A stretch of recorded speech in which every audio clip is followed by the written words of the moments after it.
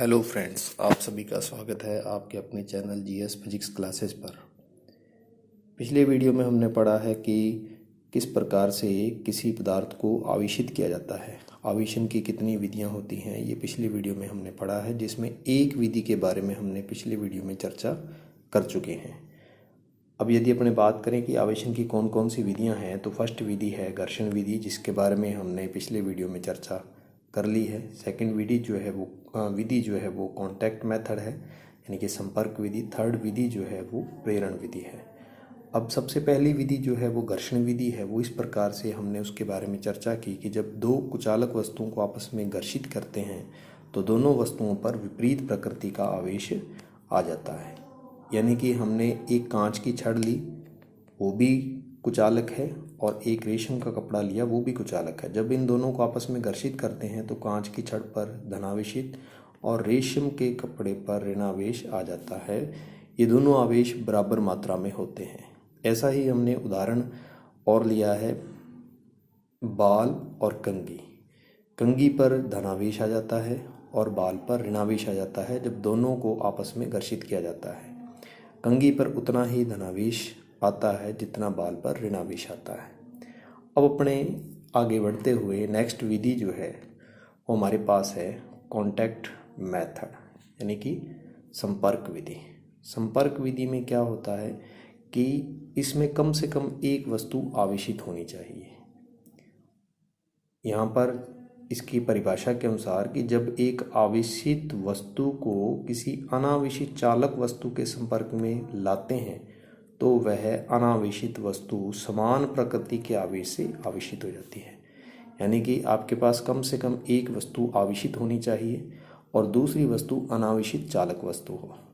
उसके संपर्क में, यानी कि उसको बिल्कुल टच करवाना है, तो संपर्क में जब दूसरे आवेशित वस्तु के संपर्क में अनावेशित वस्तु को लेके आते हैं तो दोनों वस्तुओं पर विपरीत प्रकृति, एक दूसरे के समान प्रकृति का आवेश आ जाता है। उदाहरण के तौर पर हमने एक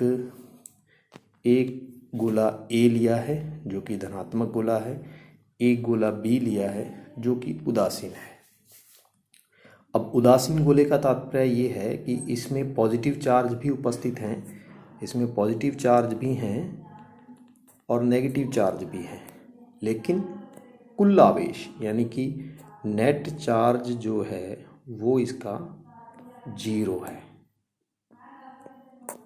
नेट आवेश जो है वो 0 है, कुल आवेश जो है वो 0 है।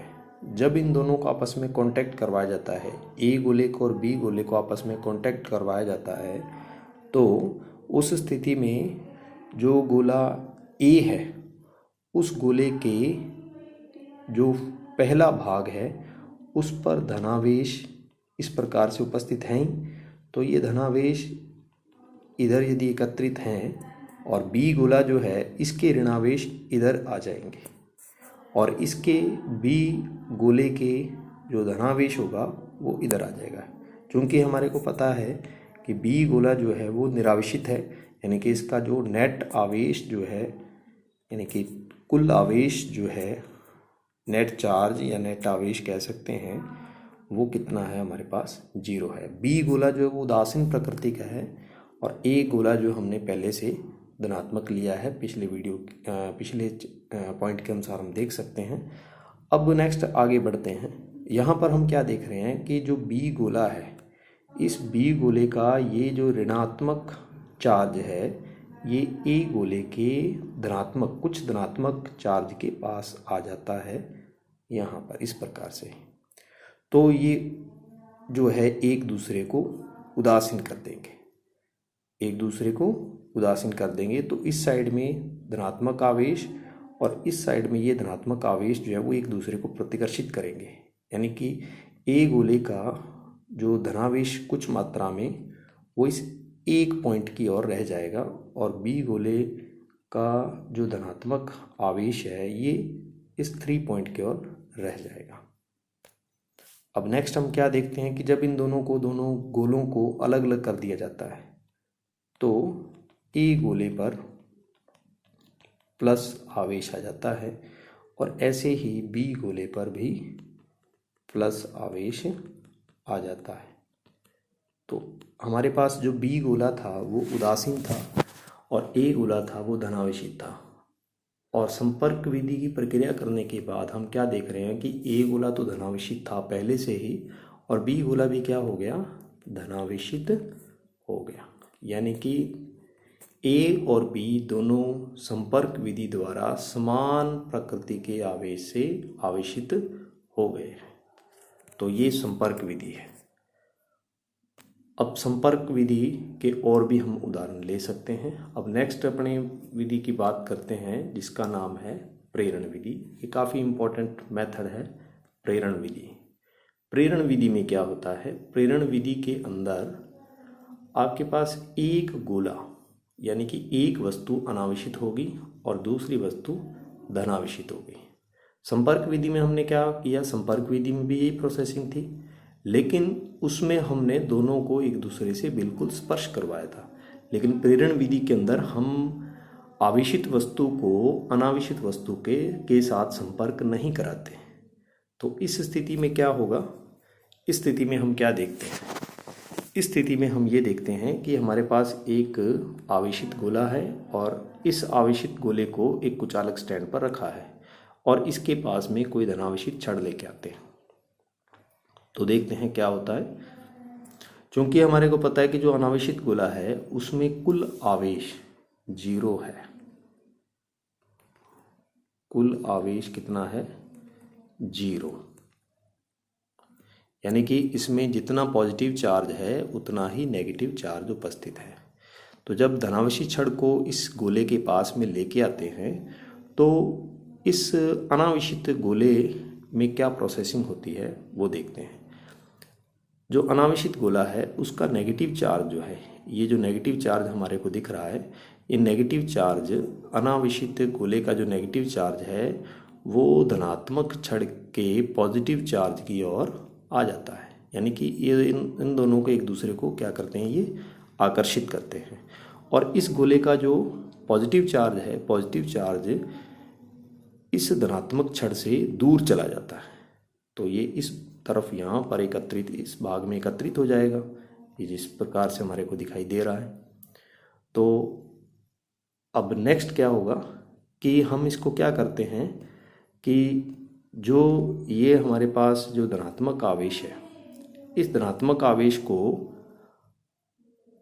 यानी कि ख़त्म करने के लिए, या हम ये कहें कि इस गोले को आवेशित करने के लिए हम गोले को भू संपर्कित कर देते हैं, यानी कि पृथ्वी से संपर्क में ला देते हैं। तो उस स्थिति में क्या होगा, उस स्थिति में होगा कि पृथ्वी में से इलेक्ट्रॉन निकलकर उतने ही इलेक्ट्रॉन निकलेंगे जितने यहाँ पर धनावेश थे।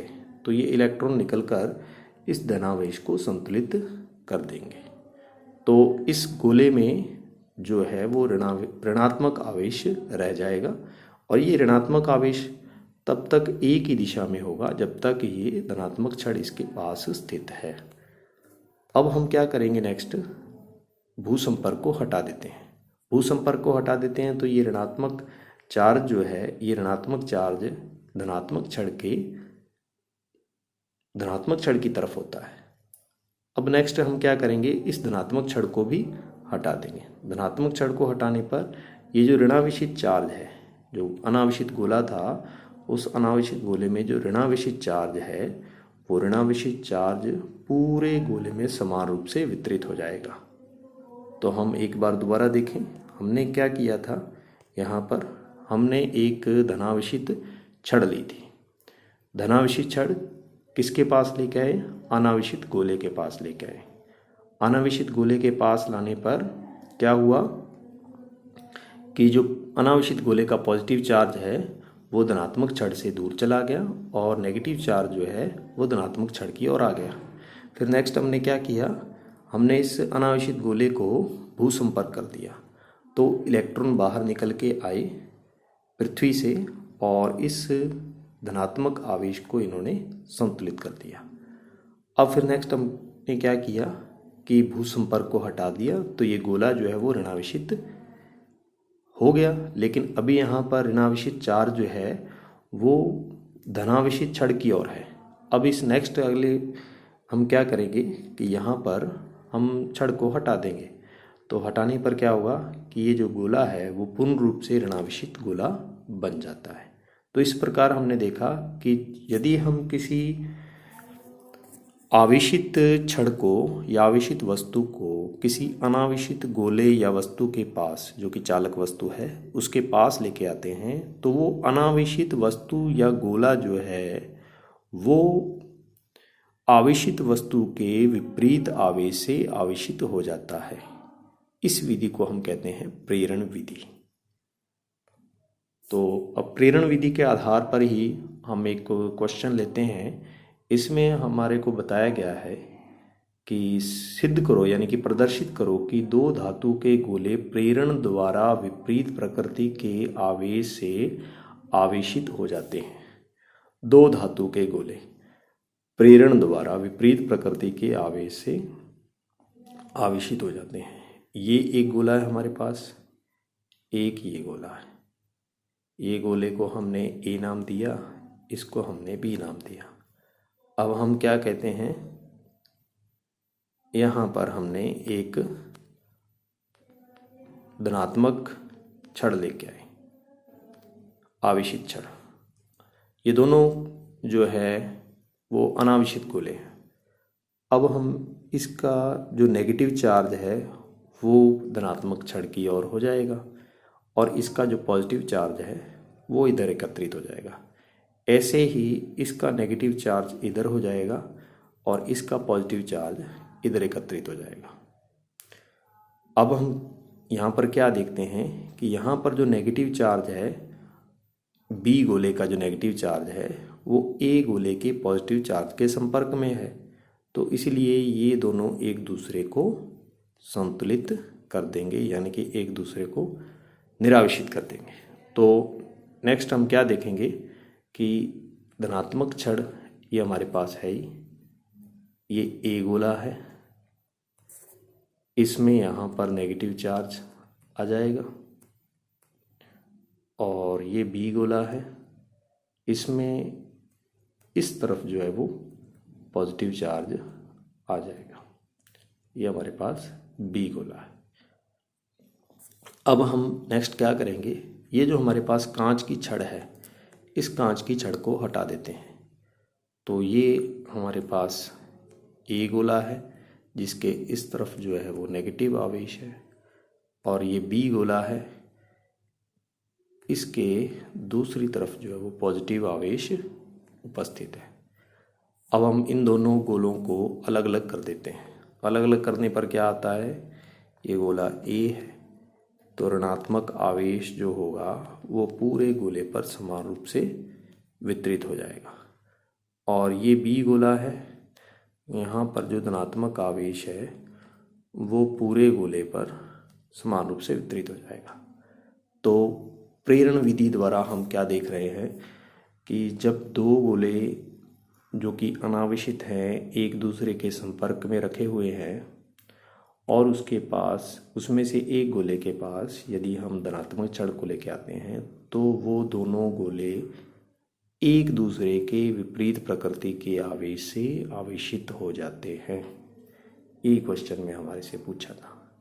तो ये प्रेरण विधि द्वारा है। तो हमने अभी चर्चा की है कि किसी भी पदार्थ पर आवेश को कैसे उत्पन्न किया जाता है। उसकी तीन विधियां थी। पहली है घर्षण विधि, दूसरी है संपर्क विधि, तीसरी है प्रेरण विधि। घर्षण विधि में हमने क्या पढ़ा, घर्षण विधि में हमने पढ़ा कि जब दो कुचालक वस्तुओं को आपस में घर्षित किया जाता है तो दोनों वस्तुओं पर एक दूसरे की विपरीत प्रकृति का आवेश आ जाता है। ये घर्षण विधि है। सेकंड नंबर हमने पढ़ा संपर्क विधि। संपर्क विधि में हमने क्या पढ़ा कि जब एक आवेशित वस्तु को किसी अनावेशित चालक वस्तु के पास लेके आते हैं तो वो दोनों वस्तुएं समान प्रकृति के आवेश से आवेशित हो जाती हैं। थर्ड विधि है प्रेरण द्वारा आवेशन। इसमें जब एक आवेशित वस्तु द्वारा अनावेशित वस्तु को संपर्क किए बिना ही उस पर विपरीत प्रकृति का आवेश उत्पन्न हो जाता है तो इसे प्रेरण द्वारा आवेशन कहते हैं। आज की वीडियो में इतना ही।